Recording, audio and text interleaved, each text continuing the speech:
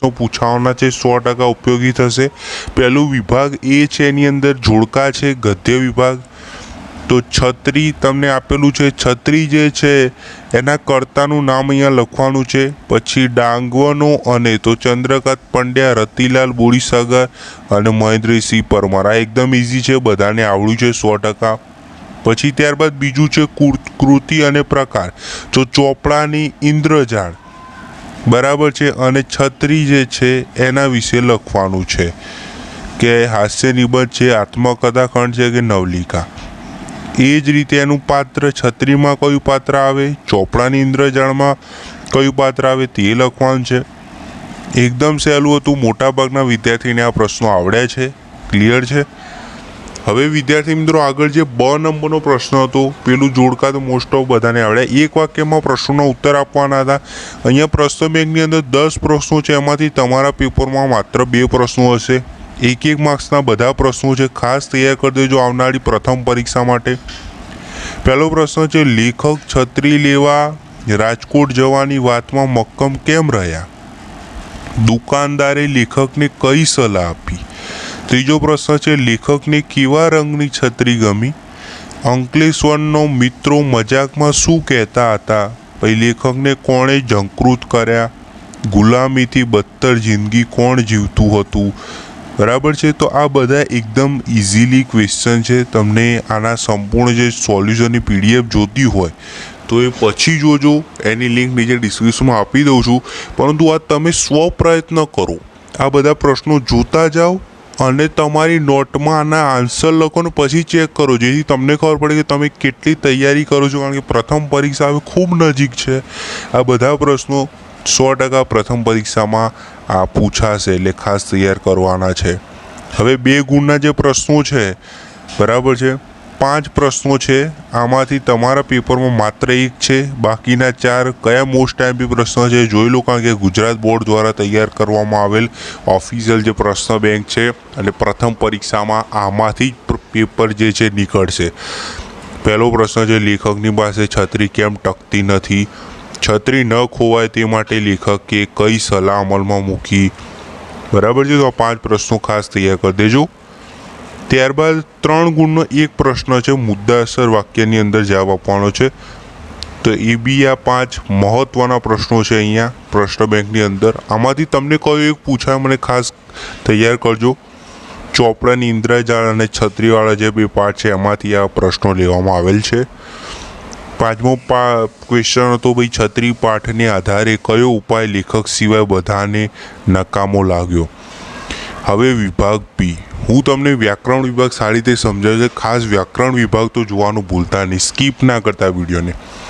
વિભાગ બીની અંદર સેમ કૃતિ અને કર્તા છે, બરાબર છે। આ 3માંથી આ 2 અહીંયા 2 જ છે। ગદ્ય વિભાગમાં 3 હતા, આ અહીંયા 2 છે। આ 2માંથી તમને કયું એક પૂછાયું છે મને ખાસ કમેન્ટ કરીને જણાવજો, પહેલું કે બીજું કયું પૂછાયું છે। ત્યારબાદ વિદ્યાર્થી મિત્રો 1 વાક્યમાં પ્રશ્નોના જવાબ આપવાના છે, ગમે તે 2ના। તો આ 10માંથી તમને કોઈ પણ 2 પૂછાયા હશે, કયા 2 છે તમે મને ખાસ કમેન્ટ કરીને જણાવજો। 10/10ના સોલ્યુશનની PDFની લિંક નીચે ડિસ્ક્રિપ્શનમાં આપી છે, ખાસ ડાઉનલોડ કરી દેજો। ત્યારબાદ વિદ્યાર્થી મિત્રો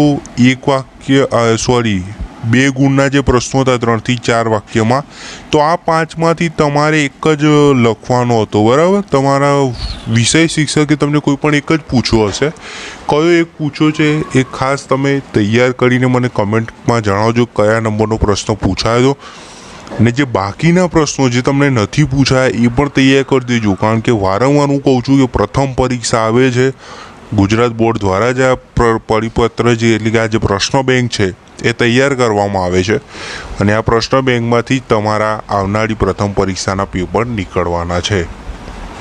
હવે 3 ગુણનો જે પ્રશ્ન છે એમાં પણ આ 5 પ્રશ્નો આપ્યા છે। શિકારીને કાવ્યમાં વ્યક્ત વસુદેવ કુટુંબકની ભાવના સમજાવો, મોસ્ટ ટાઈમ પ્રશ્નો છે બધા 5/5।